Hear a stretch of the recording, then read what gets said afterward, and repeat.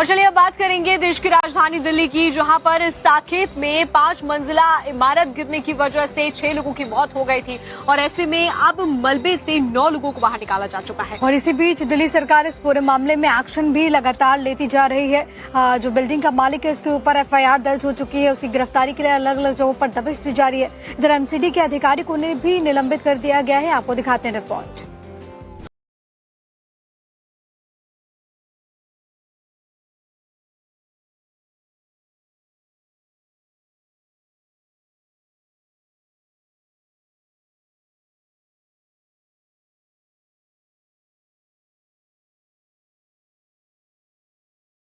इस हादसे का इंतजार कर रहा था।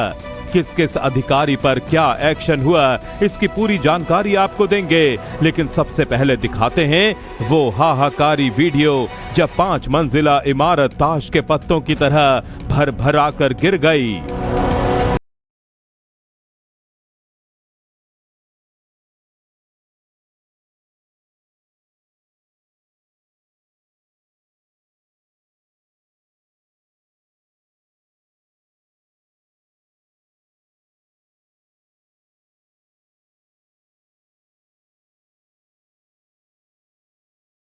लोगों में चीख पुकार मच गई। जानकारी के मुताबिक इमारत का मलबा पास में बनी एक लाइब्रेरी और कैंटीन पर भी गिरा। उस वक्त लाइब्रेरी और कैंटीन में कई छात्र भी मौजूद थे। हालांकि हादसे के बाद शुरू हुए रेस्क्यू ऑपरेशन में 5 लोगों को सुरक्षित बाहर निकाल लिया गया। हादसे की खबर मिलते ही एनडीआरएफ, एसडीआरएफ, फायर ब्रिगेड और दिल्ली पुलिस की टीमें मौके पर पहुंची और मोर्चा संभाला।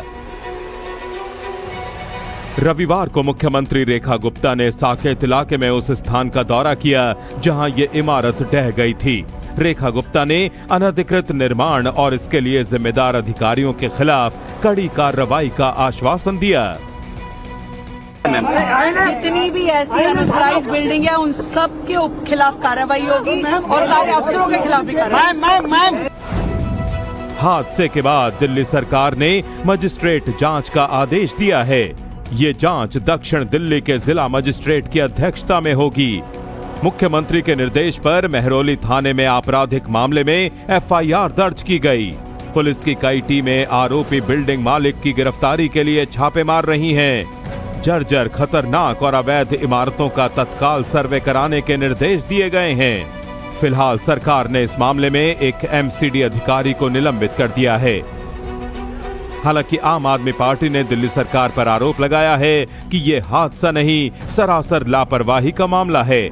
आम आदमी पार्टी ने प्रेस कॉन्फ्रेंस करके कहा कि 3 मंजिला इमारत में अवैध तरीके से 2 और फ्लोर बनाने का काम चलने की शिकायत दिल्ली पुलिस और एमसीडी को की गई थी, लेकिन कोई कार्रवाई नहीं हुई। यहां तक कि एमसीडी के वकील ने दिल्ली हाई कोर्ट में भी झूठ बोला। 21 मार्च को सबसे पहले इसकी कंप्लेंट पुलिस को दी गई। ये कंप्लेंट एमसीडी के अंदर दी गई। एमसीडी के अंदर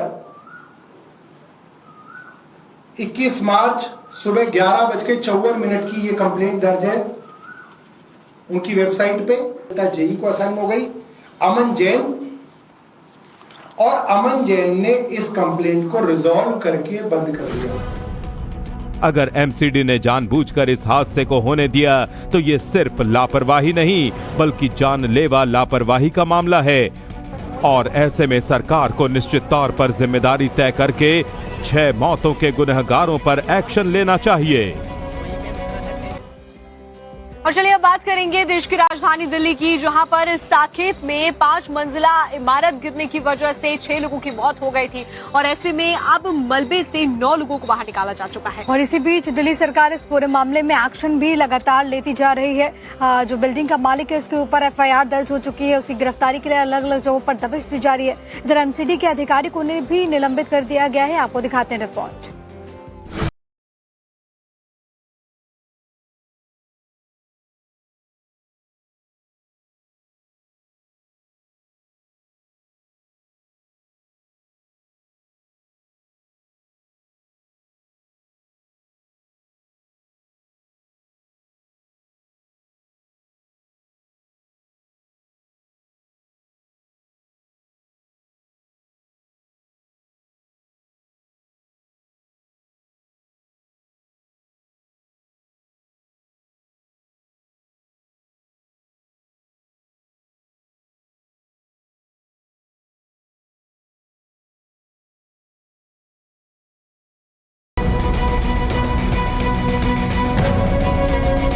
महज 7 सेकंड में पूरी इमारत जमींदोज हो गई। देखते ही देखते पूरा इलाका धूल के गुबार में तब्दील हो गया। हादसा इतना भयावह था कि आसपास के लोगों में चीख पुकार मच गई।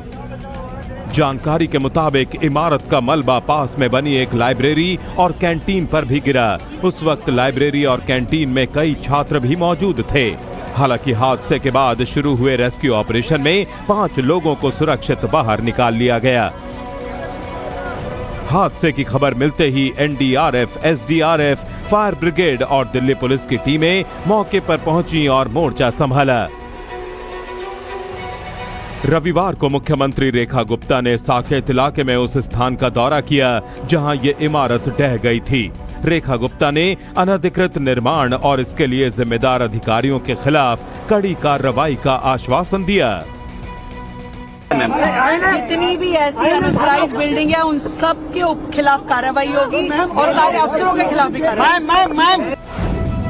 हादसे के बाद दिल्ली सरकार ने मजिस्ट्रेट जांच का आदेश दिया है। ये जांच दक्षिण दिल्ली के जिला मजिस्ट्रेट की अध्यक्षता में होगी।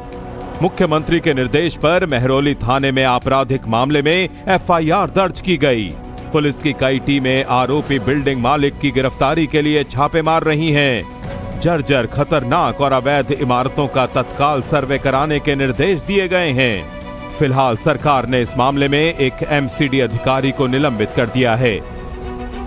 हालांकि आम आदमी पार्टी ने दिल्ली सरकार पर आरोप लगाया है कि यह हादसा नहीं, सरासर लापरवाही का मामला है।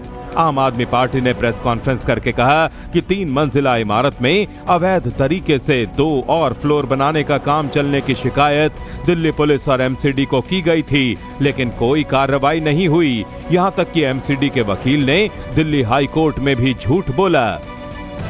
21 मार्च को सबसे पहले इसकी कंप्लेंट पुलिस को दी गई। ये कंप्लेंट एमसीडी के अंदर दी गई। एमसीडी के अंदर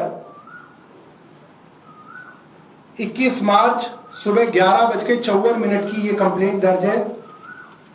उनकी वेबसाइट पे जेई को असाइन हो गई अमन जैन, और अमन जैन ने इस कंप्लेंट को रिजॉल्व करके बंद कर दिया।